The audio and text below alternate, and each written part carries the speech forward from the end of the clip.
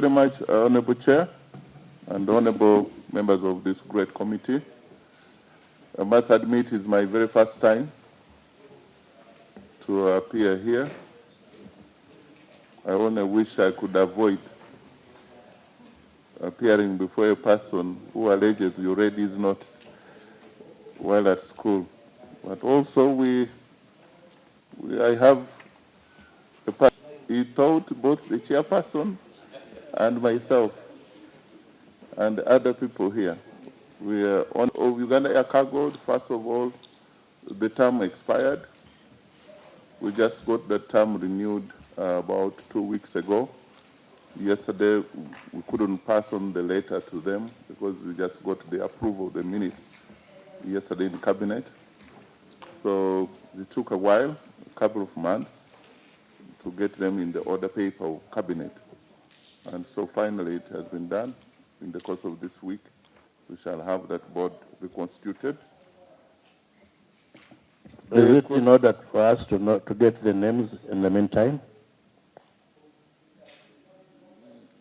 Yes, we shall, but we shall be able to give you the names. But the general manager, you have the names, don't you? Or at least the corporation secretary. We have only 2 new members in the board. The rest are old members, which I believe this committee could have interacted with them before. Torture by the UPDF is prohibited. Any torture to any Ugandan or anybody else is regretted and regrettable. The Lubowa case, Joint Staff, Chief of Joint Staff, you were polished UPDF officer. I don't know whether you know about this case of the Lubowa and Wakiso DPC being placed at gunpoint and beaten. I don't know whether you have those incidences because those are operational matters. Thank you, Honorable Chair, Honorable Minister. The Lubowa case, I don't have really anything about it, but the Wakiso, I also learned it. First of all, I saw it first time on social media, but the intelligence is handling the investigations. What I would like to assure to the honorable members is that UPDF is one of the most disciplined forces on the African continent. What you see at times, these isolated cases, and any case of indiscipline, we take it out really. We pick all of those responsible. They must be punished. That is it. We cannot condone any case of indiscipline. And remember, some of these soldiers who do some of these acts are sent by their commanders, the immediate commanders. So we go down to punish the soldiers, even we take on the responsible officers. We want to maintain very good name of the institution, and we shall never allow any granted officer, any disciplined officer to spoil these cadres. I thank you. I'm very worried. You did not know about it? You know nothing about it? Honorable Chair, may you break it down? Lubowa police station that was all over news. The Joint Chief of Staff wants to tell us that he never knew anything about it by SFC soldiers? Over land? Sure, I didn't get to know about it. That is the truth. Who is supposed to know about it? That is the work of the intelligence. How come you knew Defense, about intelligence, and security, then military police. Me, I head the administrative function of the Uganda People's Defense Forces. Okay. Okay, let us come back to the policy head, to the head. The Joint Chief of Staff has his terms. Yours are unlimited over the UPDF, Honorable Minister. It's only God with unlimited terms, even the minister does. But let me pledge, in the interest of moving forward, that this matter, we need to speak to it with all the clarity that it requires. And so at the moment, we don't know the latest or the findings on this matter. Any indiscipline cases are investigated by CDIS, formerly CMI. And so like ambushes occur anytime, but if I knew you were going to ask me about this, I would have come with the relevant officer to come and answer this. Okay. I think the pledge of going forward is more reassuring. Honorable Minister, how do I qualify to get UPDF help me with land matters, guard my land, a work that is currently undertaken by Brigadier Luchamzi? How does an ordinary Ugandan get to have the assistance of Brigadier Luchamzi guarding his land or carrying out evictions? Chief of Joint CGS, the honorable member wants to know the procedure for securing, wants to use the UPDF to guard. You know about the Brigadier Luchamus? Yes, Take that as a complaint. Don't take it as a, yeah. I want to. I've taken note of that.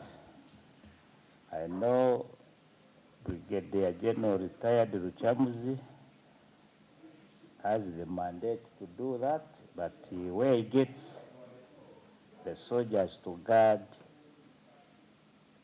people's land is unknown to me. But we shall inform you.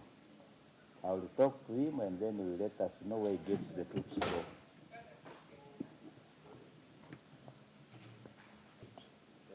Retired. Where does he get the mandate from? I could have used the wrong word, but he was appointed to do that. To do what? To handle land issues. As the minister guided you, Chief of Joint, I'm echoing what Ugandans are frustrated with. Accessible only to a few that not intervene but interfere in land matters. Beat up people over land and resolve land acrimoniously. And remembers anything before the minister? He being a Muganda man knows what we call Chirochitwala Omunaku. May I have somebody to deliver this? I did not want to, but you talk to your student to bring a better color here. That is the best color of sunshine, the hope of Chair, this country. You this document from page 1 actually to the end with an inscription, restricted, what does it mean? Because we may admit a document and rely on it when it is restricted to who? Because we have never seen a document submitted before a committee and is restricted. Honorable Yusuf Sibambi, you know the word called you cause trouble. I think let the minister first authenticate. Tell the honorable minister that it is restricted and he withdraws it. Yes, honorable minister, I think let's begin with the restricted. The member is Defense and Veteran Affairs. but it is given to people outside the ministry. And given to COSASE. And that is it. Okay. Yes. Anything from Ministry of Defense is actually restricted. The knowledge is restricted, but can be shared. It is That official. format, yeah. That means it's official. In other words, Honorable Sibambi, what the minister is saying is that read it, it is restricted, not to be shared with others beyond this committee. And if anyone, I also don't want to go there. Are you referring to the or? And no, the basement where Luganda is taught. I mean where Luganda is taught by force. Okay, I think let's allow the minister. And the technical team is headed by the permanent secretary, whom I will ask to help me respond to some of these issues, especially referring to the payments, and I will come in to respond to some. So we should be able to do that. Yeah. Yes. Okay. Honorable Chair, that which one we start with? Certainly it is your document. Okay. Yes. Honorable Chair,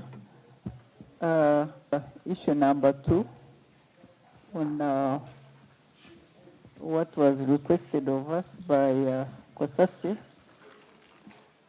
and we'll end with issue number 3. So issue number 2, then number 1, sorry, we shall end with the number 1, sir. Yeah. Now the question was the rationale used for opting for a joint venture arrangement. And we are saying the rationale for a joint venture arrangement as opposed to the alternative options of leasing or direct acquisition of aircrafts, which had been under consideration by Uganda Air Cargo Corporation prior to the agreement, was one, that Uganda Air Cargo Corporation was at the time experiencing a long-standing air assets constraint. For example, the aircrafts were perennially not readily available on call to transport UPDF troops and their equipment to and from the mission areas. The mission areas here we are referring to Somalia, where we have been engaged for quite some time. So on top of that, Uganda Air Cargo's aircraft C-130 was most of the time grounded due to technical and mechanical defaults, which made it unreliable for the transportation of troops and equipment. Number 3 was that the joint venture partner offered a better option, not only to Uganda Air Cargo Corporation, but for the entire transportation industry of Uganda. The joint venture through MBM proposed to bring 7 aircrafts, and they were supposed to start with 2 of them. And this was for Uganda Air Cargo's business. Honorable Minister, where is this provided for? Who provides the 7? The MBM. Where is it provided for? It is in the MOU. Where is it? I did ask for it and I received no answer. Honorable Chair, we have a copy here, which we did not come ready to, we did not make several copies, but only. You can authenticate it and give it to us. We can use your able services that a few more copies can be made. And we shall use our resources and then you reimburse. Government. Sorry. Honorable Kayondo, you are out of order. You are, oh yes. Okay. So they were in Article 7.2b of the MOU. Yes. This was to be done while Uganda Air Cargo was upgrading its own aircrafts and facilities. Facilities such as hangars, which could be used by not only Uganda Air Cargo, but by players in the aviation industry, Uganda Airlines. The joint venture partner also committed to provide an overarching boost to the air transport business in the country, including facilitating external marketing of various goods, thus contributing to the overall economic development. So on top of providing the aircrafts, they're also supposed to look for markets for some of our goods. Also in the joint venture, the option was comparatively better in the medium and long-term business projections. For example, it would entail training of Uganda Air Cargo Corporation staff by the joint venture and at their own cost. There was also leasing or direct acquisition of aircrafts, which was too expensive for us and financially untenable due to, of course, our financing constraints, because you know that we've been before Parliament before requesting for money to support Uganda Air Cargo Corporation. And we were given some money, yes, but which up to now we haven't received. But you're not complaining, Madam Biengoma. She's a soft lady. She's actually complaining, as you heard. No, We've not received. the way we do it, Madam Biengoma, is when you come here and tell us that you have not been given the money that we appropriated for you, you show us evidence of your demands. Then we take it up. The same way we are going to ask you some questions about unpaid bills by the UPDF, is we put to task the Ministry of Finance. But we will provide a debt collection for you. Proceed, ma'am. We'll give you the chairman.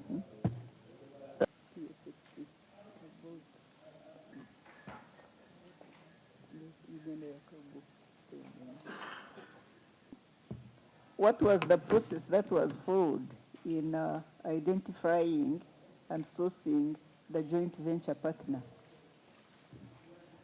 And our response is that a decision for Uganda Air Cargo Corporation to partner with Alpha MBM Aviation, DWC LLC, in a joint venture came about when His Excellency the President of the Republic of Uganda had a discussion with His Highness Sheikh Mohammed bin Maktoum bin Juma Al Maktoum of the United Arab Emirates. The two heads of delegation agreed that the latter would invest in the Uganda Air Cargo Corporation and the general aviation sector of Uganda. And following that meeting, a delegation led by His Excellency, His Highness, visited Uganda and held a follow-up meeting with a delegation from the Ministry of Defense and Veteran Affairs on 11th May 2023 at Serena Hotel. And this meeting was attended on behalf of the Republic of Uganda by the Minister of Defense and Veteran Affairs, the Permanent Secretary, Minister of Defense, the General Manager of Uganda Air Cargo, the Legal Officer of Ministry of Defense, the Operations Officer, Uganda Air Cargo, the Legal Assistant, Uganda Air Cargo, and a representative from the Attorney General's chambers, and the Finance Officer Uganda Air Cargo. In this meeting, both parties unanimously agreed that the investment proposal could be best actualized through a formal joint venture agreement. And pursuant to that meeting's decision and following the approval of the joint venture by Cabinet, the Ministry of Defense and Veteran Affairs generated the draft joint venture agreement in collaboration with Uganda Air Cargo Corporation, the Ministry of Finance, Planning and Economic Development, the Ministry of Works, the Ministry of Lands, and the Attorney General. The joint venture agreement was cleared by the Solicitor General for signature by the parties and thereafter executed by the parties on the 22nd of May 2024. So, sir, we have passed on the agreement. 2C was, to what extent was Uganda Air Cargo involved in the negotiation and procurement of the joint venture? In our response, we are saying that UACC was fully involved and it participated in all the processes leading to the execution of the subject joint venture agreement and the joint venture company as explained. Right from the beginning, including but not limited to meetings held on 11th May 2023 at Serena Hotel and on 7th June 2023 at Uganda Air Cargo Corporation Boardroom at Entebbe, and several other meetings, including with His Excellency the President at State House, yeah, and I think even at the Prime Minister's office. So, Uganda Air Cargo was really very involved in all these negotiations in procuring this joint venture. 2D was whether the Ministry of Defense and Veteran Affairs is aware of our partner's failure to fulfill its obligations under the joint venture agreement. We are saying that we are not aware of our partner's failure to fulfill its obligations under the joint venture agreement, and the joint venture company was actually duly incorporated on 28th March 2025. So each party is still working on fulfilling its obligations under the joint venture agreement, but it's not that either party has failed to meet its obligations. They are still working on whatever is not yet done. Issue number 3. I think let's exhaust number 2, because it's the crux of the matter. All right. Would you avail to a copy of the responses from Uganda Air Cargo?